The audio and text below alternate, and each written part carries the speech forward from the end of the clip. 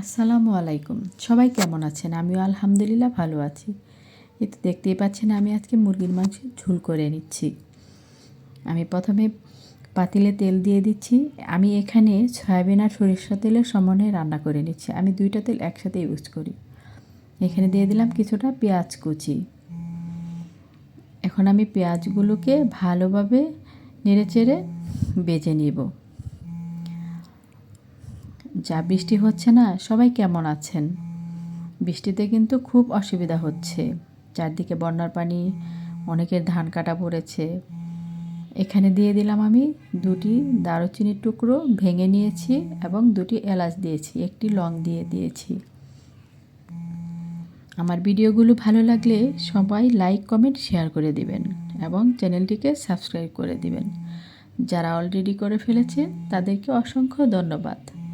আমি কিন্তু এখানে ২টি তেজপাতা ছিঁড়ে দিয়ে দিলাম। এখন আমি এগুলোকে আবারও ভালোভাবে নেড়েচেড়ে দিচ্ছি। সবাইকে কি রান্না করছেন অবশ্যই জানাতে ভুলবেন না। আর কমেন্টে কিন্তু অবশ্যই গল্পগুজব হবে। তো আমি মশলাগুলোকে ভালোভাবে এখন ভুনিয়ে নিব।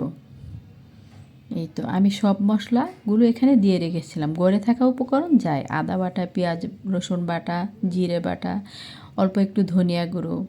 এখন দিয়ে দিলাম সামান্য পরিমাণে পানি। ভালোভাবে আমি এখন মশলাগুলোকে কষিয়ে নিব। এই তো ভালোভাবে মশলাগুলোকে আমি কষিয়ে নিচ্ছি। আমি সব কিছু ডিটেল দেখিয়ে দিচ্ছি কারণ নতুনদের জন্য খুবই কাজে আসবে।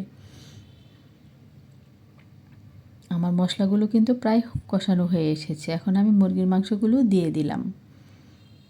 আমি এখানে কিন্তু প্রায় বেশিরভাগই আলু দিয়ে থাকি মুরগির মাংসতে, কারণ আমার ছোটো বেবি আছে। আমি এগুলোকে আমার ছোটো বেবিকে খাইয়ে দিই। আলুটা কিন্তু বাচ্চাদের জন্য খুবই উপকার।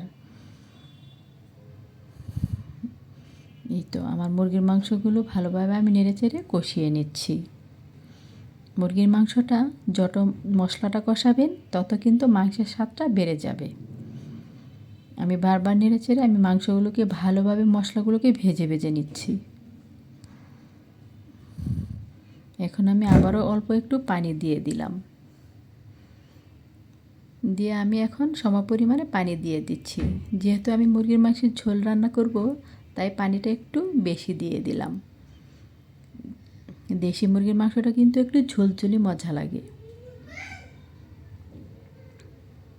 এই তো আমার পানি দেওয়া হয়ে এসেছে। এখন আমি ঢাকনা দিয়ে ঢেকে দিলাম। আমার তরকারিটা প্রায় হওয়ার পথে। এখন আমি আবারও একটু নেড়েচেড়ে দিলাম।